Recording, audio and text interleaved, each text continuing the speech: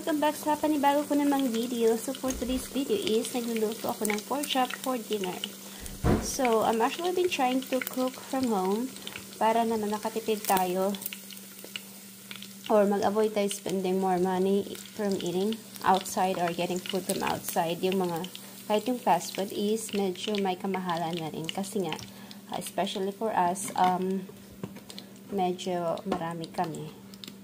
Pero kahit 3 person lang kayo, persons lang in a family, it's still, after a while, maging expensive na rin. Especially kami marami. Diba? Tatlo yung anak, tapos kami pa. Ayan. So, kaya yung ginagawa ko, I've been cooking more since it's my day off. So, I've been trying to cook. Diba? Kasi alam mo kung ano nakalagay doon. Tapos,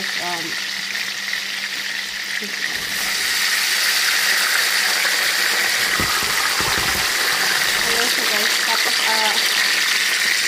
dito na lang sa kabila is niluluto ako ng fries. Itong single fries is for the kids kasi ito yung gusto nila. Tapos, may ginawa rin akong ganito yung pag-cut kasi gusto ng asawa ko is ganito yung pag-cut ng fries niya. So, ayan. Iba talaga pag marami talaga kayo. Marami din or marami may gusto na kung ano, no? So, ayan. Ito yung mga single fries is for the kids. Again. Tapos, ito na nga. Ayan. So, tapos, yan lang. Very simple lang. Very simple. Huwag na tayong bongga-bongga. Ganito lang is okay na siya. So, especially ngayon guys, you know what? Everything is just expensive. Everything. I'm saying everything. So, noon, kung nakakabili ka ng yung $100 mo, is marami ka nang nabibili or ilang bags na yun. Ngayon, mga 1 or 2 lang yan. Tapos, depende ka sa bibilihin mo. Kaya nga guys, so, kailangan natin matutong magtipid kasi cooking from home is medyo makakatipid ka talaga kasi just like this one, kung kakain kayo sa labas, pag kumakain kami sa labas is minimum yung $50 something yung kinakain namin. Fast food lang yun ha, fast food lang, hindi yung restaurant. Paano pag kumain kami sa restaurant kaming lahat, so almost 200 na yun or siguro more. Aabutin ng 200 siguro pag kumain kami sa labas. So, tapos pag weekend, kaya doon kami guys na pag weekend kasi more on, talaga, except pa yan sa weekdays na nagpa-fast food lagi.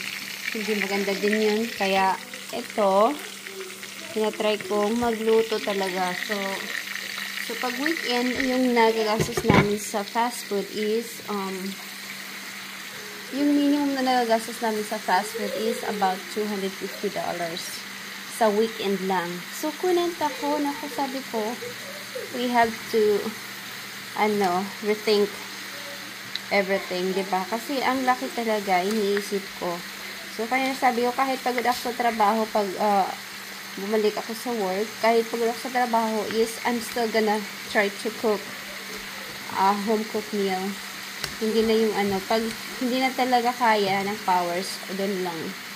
So, pero pag kaya, I'm gonna try para makasave naman tayo. Kahit konti.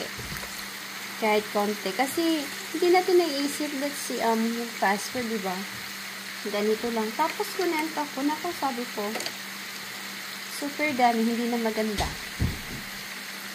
Hindi na siya maganda kasi, nagiging mahal na talaga, especially sa panahon ngayon kasi everything talaga, as I was saying, everything is very expensive. Lahat. Compare noon, so everybody feel kailangan magtipid. Diba? Kailangan mo talaga magtipid. Hindi lang yung guys, tapos talaga kasi uuwi ako, or uuwi kami, so I really need to save some. Ayan, diba?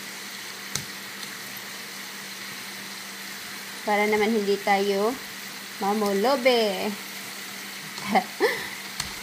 Yeah, kidding aside guys, talaga, we need to save some. So, ayan na guys. Buksan ko lang itong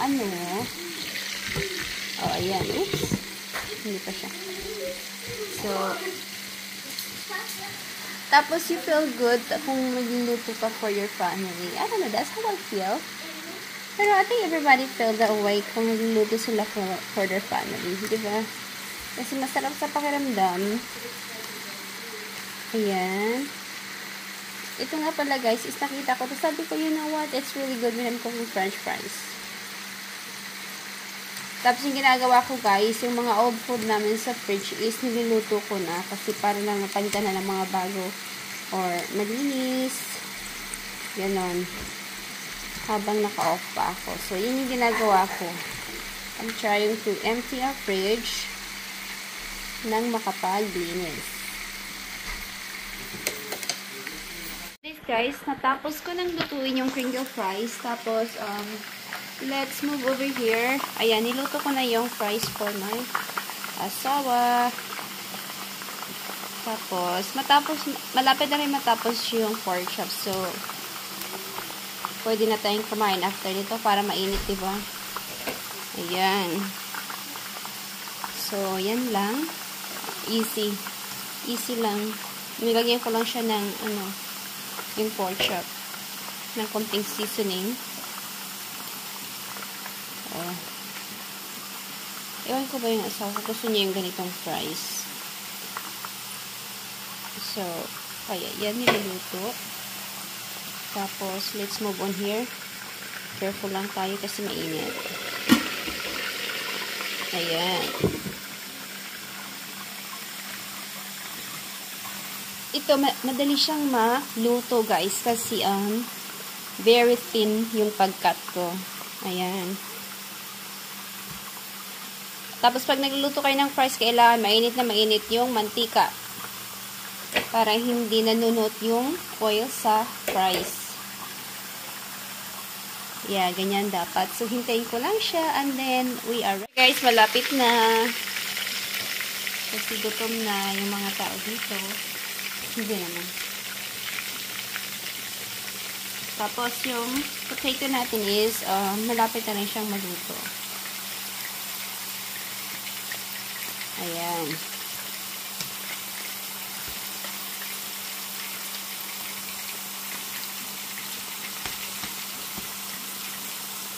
Alright. So, ready na yung dinner natin. Ayan, very simple. May konting salad. Tapos, itong pork chop, lagyan ng hot sauce. Tapos, of course, yung potato.